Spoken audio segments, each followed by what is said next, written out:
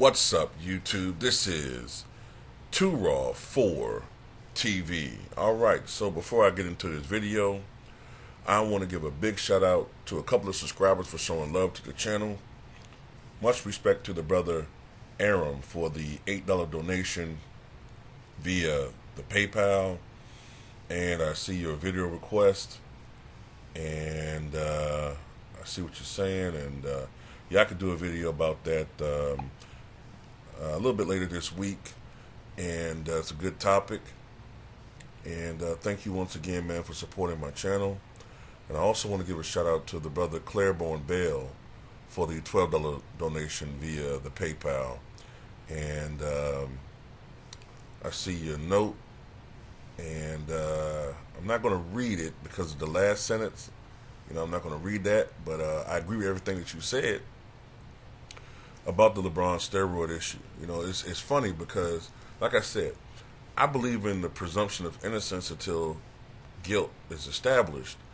But the fact that they're not talking about this at all, but they talk about everything else, it's funny. It's just very interesting. You know what I mean?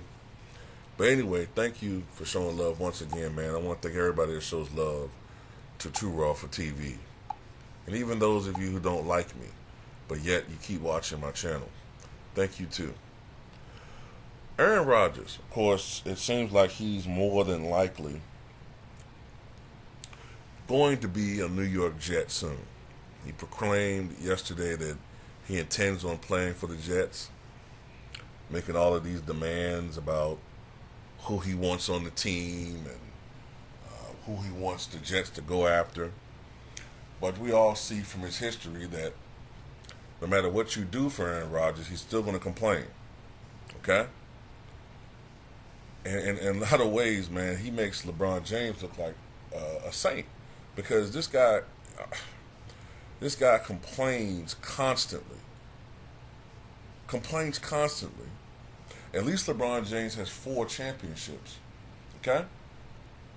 LeBron has 4 MVPs too, but at least he has 4 titles, and he does at times excel in the playoffs. This guy, with the exception of that one Super Bowl, has failed to go back there. In the last few years, in the postseason when it really matters, he has failed epically. But be that as it may, Aaron Rodgers recently appeared on the Pat McAfee show and declared himself, in his opinion, the best player in the history of the Green Bay Packer franchise. He said, quote, and I'll put a link to this article in the pinned comment in the comment section below, quote, "I would say this is debatable, but I'm debatably the best player in franchise history. I'm in the conversation for sure. What's not debatable is I'm the longest tenured Packer in history. You can debate the first part. Obviously, Bart Starr, Brett Favre, a number of names have been incredible, but you can't debate that anybody has been there longer than I have, and nobody has bled green and gold like me."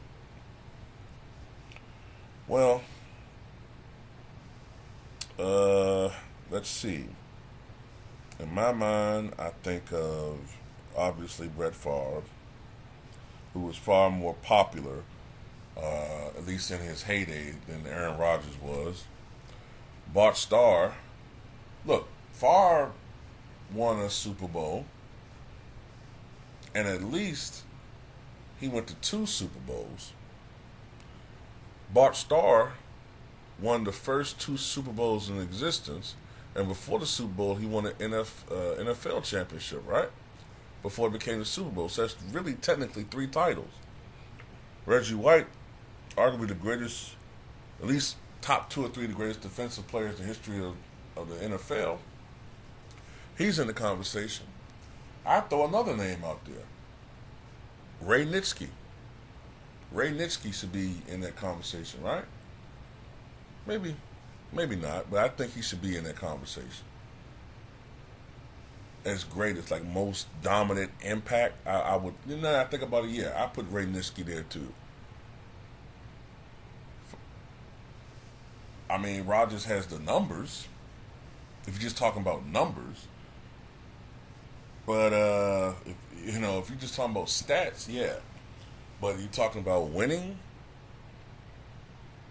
No. And I think most Green Bay Packer fans are sick of him at this point. They're sick of him. He's an ass. Everything that he got on Brett Favre about, he's doing the same thing. As a matter of fact, it's almost like he's competing against Brett Favre. No, I remember when Brett Favre was doing all of that diva stuff, right?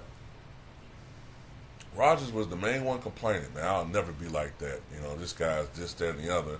And he's turned out to be an even more pretentious prick than Brett Favre ever was. But, you know, the media just don't go in on him like that.